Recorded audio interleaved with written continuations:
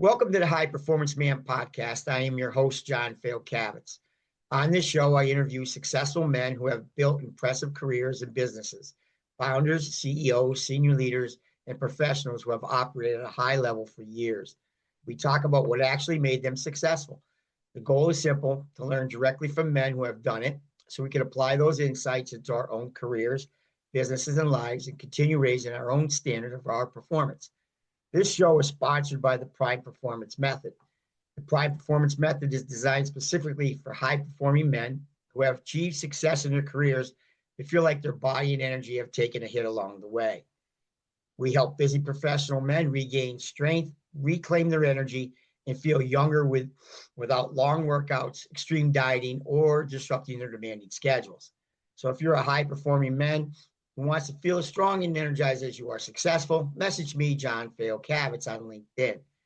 On today's show, we have Mike Sisti, who is an author, lecturer, and consultant of Michael Sisti, where he is the founder of 25 businesses over 7 decades. Welcome, Mike. Thank you for coming on. Well, thanks for having me, John. I'm looking forward to the conversation. Great. Okay, well, my first question: what's the most important lesson you've learned so far that's helped you become successful in the business? And in your case, businesses. Businesses.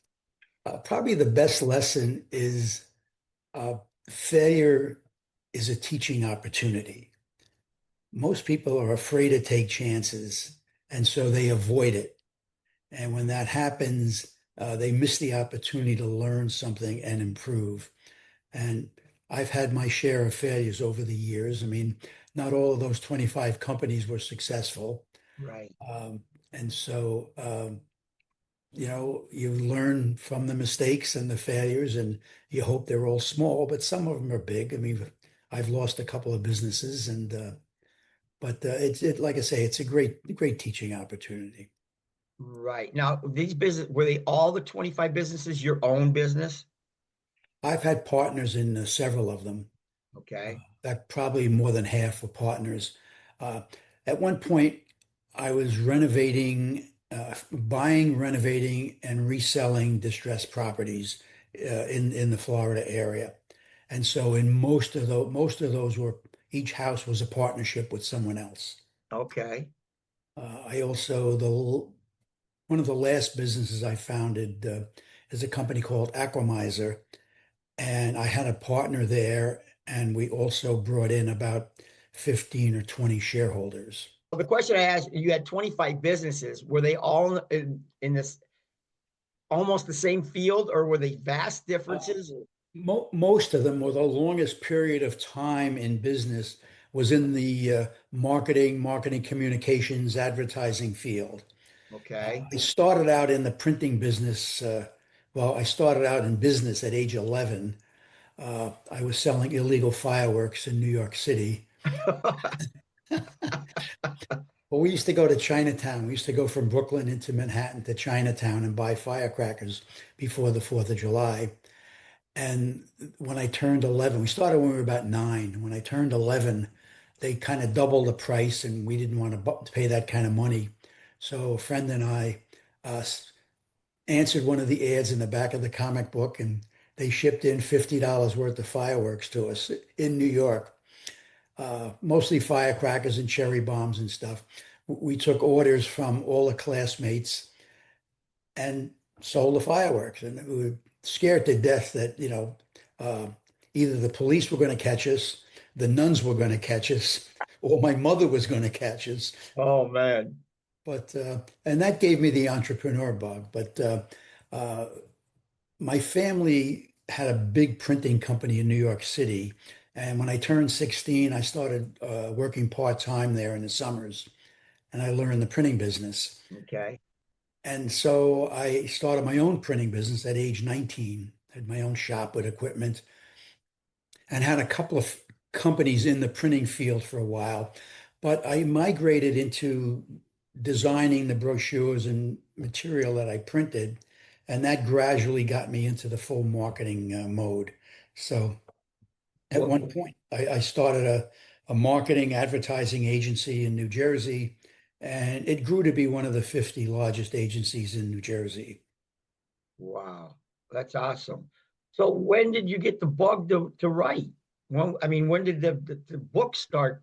Because I mean, you went from something to the marketing part. Now, what hit you that said, "Oh my goodness, I'm going to write books"? Well, I did a lot of writing in the marketing field. I wrote brochures, I wrote reports, wrote, hundreds and hundreds of ads, thousands of ads probably. And I guess in my early 20s, I took a course on creative writing at the New School in Manhattan. And from there, I went into fiction writing. And I started writing a book back when I was in the 20s. Wow, And you're just too busy running a business to take the time to write a book. And right. so I hand wrote, pages and pages of material that I was collecting from experiences in my businesses. And I guess uh, in the early 80s, when I met my second wife, we were still dating, and I asked her to type up some of these pages. And she typed them up and got a few giggles out of what was written in there. Uh, but I still didn't. I published my first book in '09, right after the economic crash. Um, In '09. Now, was it successful right away? Because I'm looking back where you said failure was a teaching opportunity. So your first book, was it a success right away? it wasn't a financial success. It was a traditionally published book, but the publisher really didn't write the genre I wrote. He didn't produce the genre that I was writing in. So he really didn't know how to market the book, and it didn't get marketed. It won the International Book Award. He didn't even know about it. Oh, jeez. I had to tell him that we won the award, but it wasn't financially successful. It was probably the first book that was ever written as a series of emails, which is what it was, emails with attachments. And it was essentially a true story of some of my experience working in the healthcare business in Rhode Island. Okay. While I was in Rhode Island, I wrote an online column, a humor column for a local website. And so that got me into the serious writing. And then I migrated into writing the books. Um, Writing books is not a way to make money. Okay. It's a way to have fun. I love the I was just writing. going to say, okay. The people that read my books love them, but you're up against Amazon's algorithms. I mean, they control the market and they select the winners and losers. Right. And if you don't get off the ground immediately, with a best-selling book, even in your category, uh, you get dropped and they move on to the next one. I mean, they have something like 60 million books in their list. So they've got to be really selective about who they're going to pick as winners. So, Wow. That's awesome. yeah, Well, at least you get, like you said, you kept continuing to write because you enjoy it. I still write. I mean, the first one was '09. I republished the four-book series last year, the thriller series. Took some of the books that I had previously written, rolled them into the series, edited them, and published them. So yeah, I'm still doing it, still having fun. Okay. And what else are you doing are you just writing the books at this point? Or are you still Yeah, consulting? Are you I'm doing a little bit of consulting. I also, as I mentioned earlier, I'm helping another author with her book. right? She wrote a romance book. I've edited the book. I've designed the cover. We're in process of doing some edits to that cover and to the text, and we'll produce that book probably in the next month. So I'm Wow, that's doing that as a exciting. consulting project. I've probably helped a couple of dozen authors with their books and uh, That's some awesome. pretty well-known people, but Right, uh, they don't like to know what to right. let the word out as who's working on their books. But uh, That's so great, man. yeah, That's I did awesome one. insight. Yeah, I produced three books for. a guy that was a CEO of one of the larger corporations in the country. In fact, it was a magazine publishing company, and I did 3 books for him. But so I have fun doing that. Good. Good. I And think this might yeah, be something that when we get down further in the podcast, I have a question, but I think I know the answer already, but okay. we're gonna see how it goes. I So also I do right now I do a little bit of consulting, very selective for companies I think have a lot of potential that need my help. good. And so I do some business consulting with them. I'm Beautiful. working with a 3D printing company in Richmond, Virginia, not too far from where you are. No. Um, and I was working with a consultant in the hospital fundraising business, and I was consulting with him for a while. Um, but we were disagreeing on philosophy, so we agreed that he'd go his way, I'd go mine. I was trying to make him a bigger company Right. than he's going to be. I think he wants to be a bigger company, but I don't think he was ready to take this necessary steps. So Okay. yeah, All right. My next question, Mike, what do you think hinders a lot of men today from reaching their full potential? I think focus. I think you have to be attentive to what's going on. Um, I've I probably would have been more successful in my businesses, except that very early on, I met when I was still in a printing business, I met a printing salesman, had a very successful career. He was now, you know, in retirement age, but still working. And we had a long conversation, and he said to me, if you really want to be successful, if you want to be a millionaire, you've got to focus on that exclusively. Forget your family, forget your friends, forget having fun. You have to focus on being a millionaire. I mean, some people get lucky. They have an idea and it clicks and they sell the business or they grow the business and they become millionaires. But back in the day, to get to $1 million or $1 million net worth, that was a big step. So I decided I didn't want to do that. I have a big family. Right now I have 6 adult children, 12 grandchildren, three great Wow. grandchildren. Uh, Jeez. so I'm interested in my family. I'm interested in having fun. And if you can't have fun, I find it difficult to be successful. Right. Uh, Right. you have to love what you're doing and you have to enjoy it. And here I am going to turn 86 in a couple of weeks. I'm still having fun. And if I wasn't having the fun, I wouldn't be doing this. In fact, at Right. one point I did walk away. Uh, Okay. Well, uh, we're gonna get that, it leads right into my next question. Okay. okay. For most men on the road to business success or professional success, other areas of their life get sacrificed. What's been one of the areas of your life that has suffered, if there has been, but where would you like to be successful now too? Well, I think um, my first marriage failed partially because of the business. Okay. I ran a series of one-man operations, and it's very difficult to make money as a sole practitioner.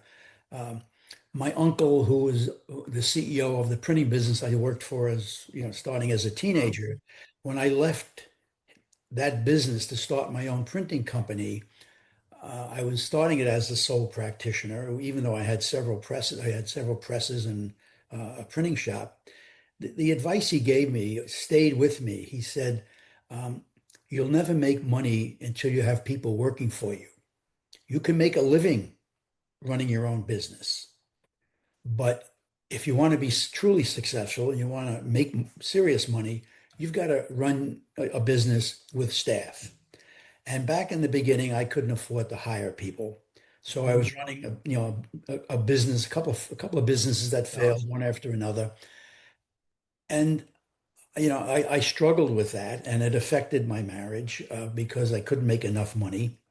So there's a case where I recognized the failures and what I needed to do about them. I'm just unable to get to that next step. It took Well, that's several a years good for that. thing because a lot of people or a lot of men will just continue to go that path and more things get sacrificed as they go. Yeah, that was my one big failure as far as the marriage. Okay. And I didn't remarry for several years after that.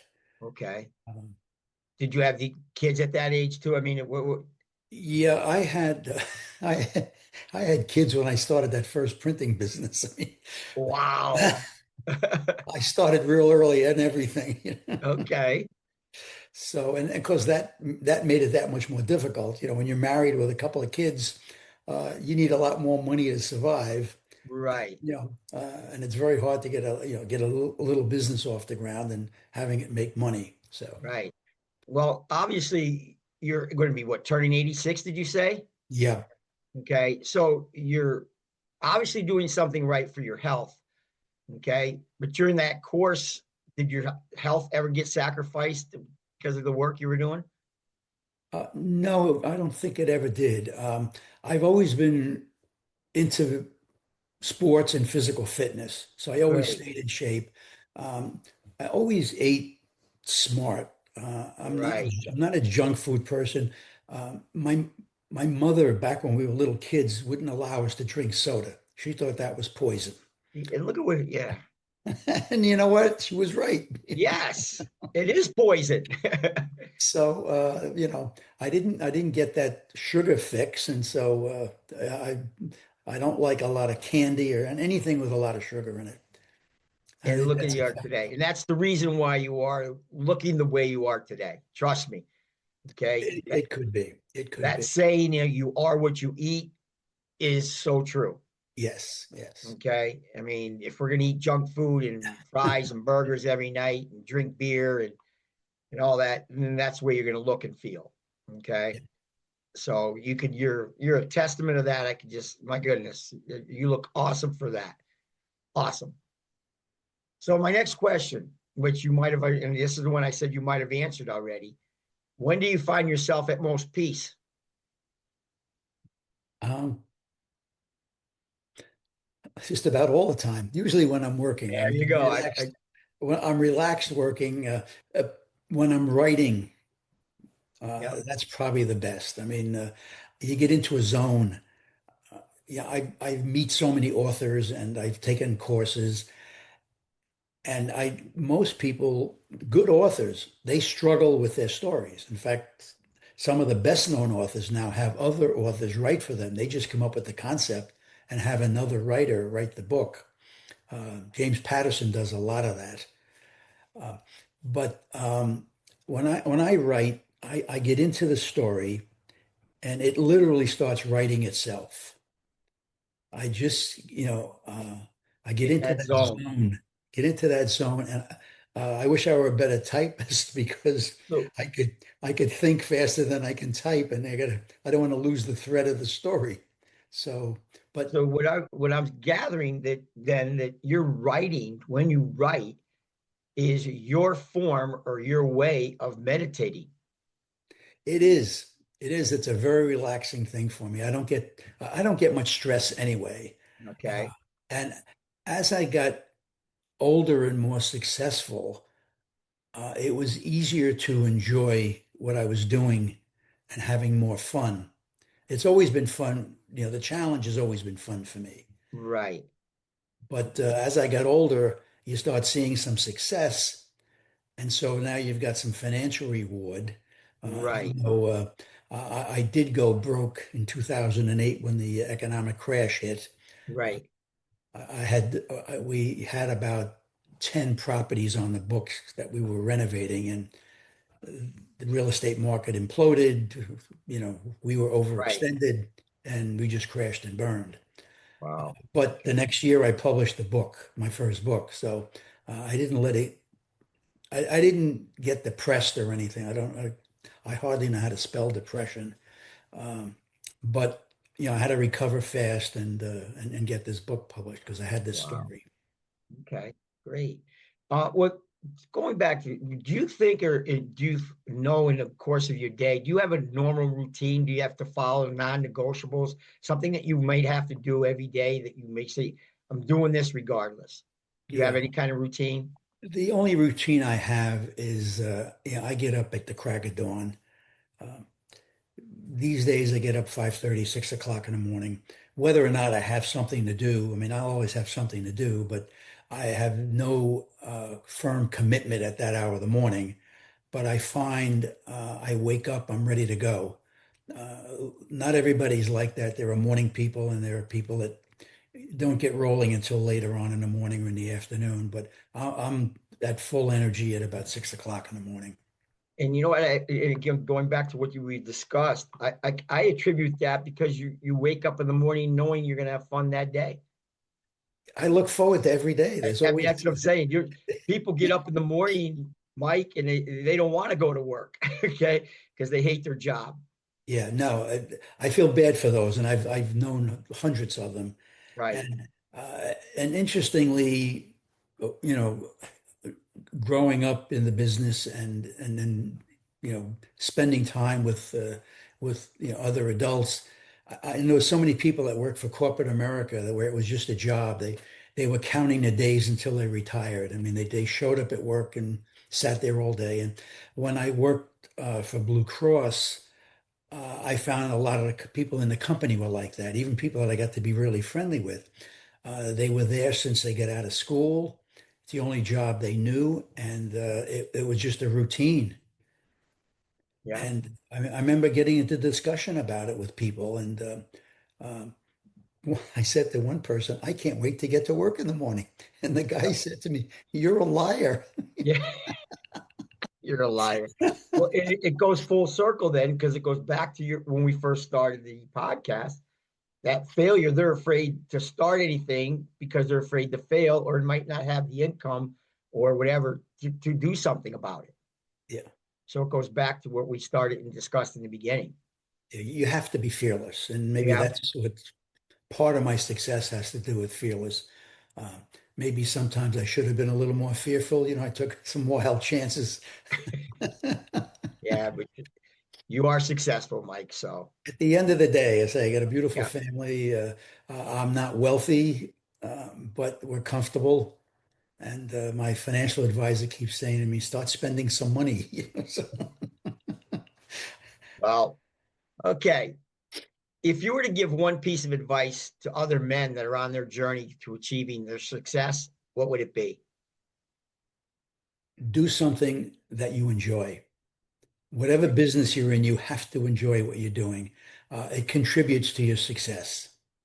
Uh, uh, and it avoids the stress. If you're having fun doing it, you don't feel There is stressed. no stress. Yeah. No, and stress is a killer. It kills businesses as well as people. Hmm. People Yes. get so bogged down in the fear and the stress. Like I say, I'm fearless.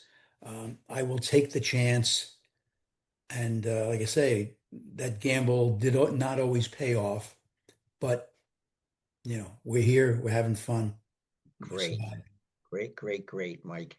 All right, Mike, it's been an absolute pleasure having you on the show. Okay. Thank you so much for taking the time to be on.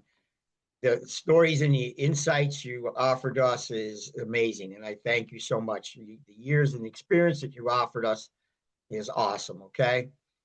Um, Thank you. and as a reminder, everyone listening to this show is brought to you by the Prime Performance Method, where we help high performing men rebuild their strength, energy, and confidence without sacrificing their careers. So if you're ready to start to be strong in your body as you are successful in your business, message me at John Fayocavitz on LinkedIn. Until our next episode, perform strong in all areas of your life.